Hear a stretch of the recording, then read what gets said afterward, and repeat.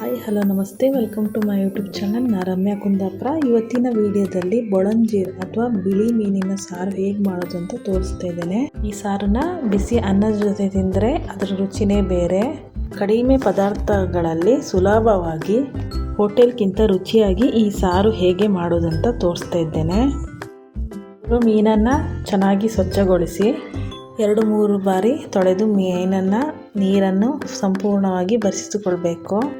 ನಂತರ 1 ಚಿಟಿಕೆಯಷ್ಟು ಅರಿಶಿನ ಪುಡಿ ಹಾಗೆ 1 ಟೇಬಲ್ ಸ್ಪೂನಷ್ಟು ಉಪ್ಪು ಹಾಕ್ಕೊಂಡು ಚೆನ್ನಾಗಿ ಕಲಿಸಿಕೊಳ್ಳಬೇಕು. 5ರಿಂದ 10 ನಿಮಿಷ ನೆನೆಯಲಿ ಬಿಡಿ. ಇದರಿಂದ ಮೀನಿನ ವಾಸನೆ ಕಡಿಮೆ ಆಗುವುದರ ಜೊತೆಗೆ ಹಾಗೆ ಮಸಾಲೆ ರುಚಿಯೂ ಕೂಡ ಚೆನ್ನಾಗಿ ಒಳಗೆ ಸೇರ್ತದೆ. ಕಲಿಸಿ ಆದಮೇಲೆ ಮೀನಿನ ಮಸಾಲೆ ಈಗ ರೆಡಿ ಮಾಡ್ಕೊಳ್ಬೇಕು.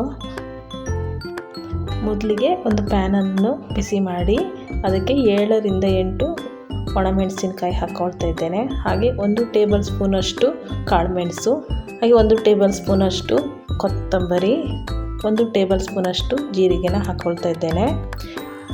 ಎಲ್ಲ ಪದಾರ್ಥನ ಮಧ್ಯಮ ಉರಿಯಲ್ಲಿ ಪರಿಮಳ ಬರುವ ತನಕ ಹುರಿದುಕೊಳ್ಬೇಕು.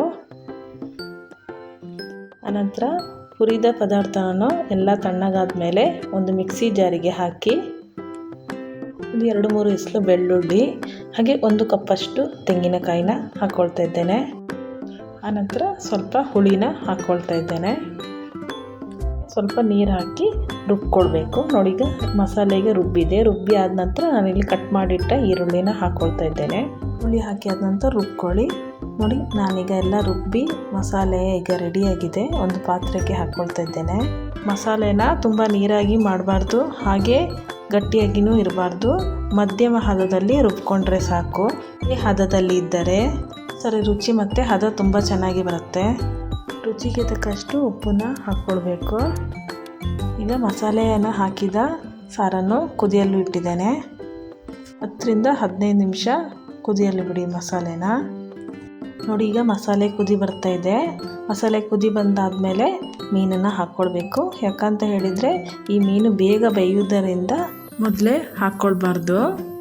ಮೀನು ಹಾಕಿದ ನಂತರ ಮಧ್ಯಮ ಉರಿಯಲ್ಲಿ 5ರಿಂದ 7 ನಿಮಿಷ ಬೇಯಿಸ್ಕೊಳ್ಬೇಕು. ಈ ಥರ ಬೇಯಿಸ್ಕೊಳ್ಳೋದರಿಂದ ಮೀನು ಸಮೇತ ಒಡೆಯೋದಿಲ್ಲ, ಹಾಗೆ ಸಾರು ಕೂಡ ರುಚಿಯಾಗಿ ಬರುತ್ತೆ. ನೀವು ಒಮ್ಮೆ ಈ ರೆಸಿಪಿನ ಮಾಡಿ ನೋಡಿ. ರೆಸಿಪಿ ಹೇಗಾಗಿದೆ ಅಂತ ಕಮೆಂಟಲ್ಲಿ ತಿಳಿಸಿ. ನಿಮಗೆ ಈ ವಿಡಿಯೋ ಇಷ್ಟ ಆಗಿದ್ದಲ್ಲಿ ಲೈಕ್ ಮಾಡಿ, ಕಮೆಂಟ್ ಮಾಡಿ, ಹಾಗೆ ಸಬ್ಸ್ಕ್ರೈಬ್ ಮಾಡಿ. ಮುಂದಿನ ಹೊಸ ವಿಡಿಯೋದೊಂದಿಗೆ ಮತ್ತೆ ಸಿಗೋಣ. ಧನ್ಯವಾದಗಳು.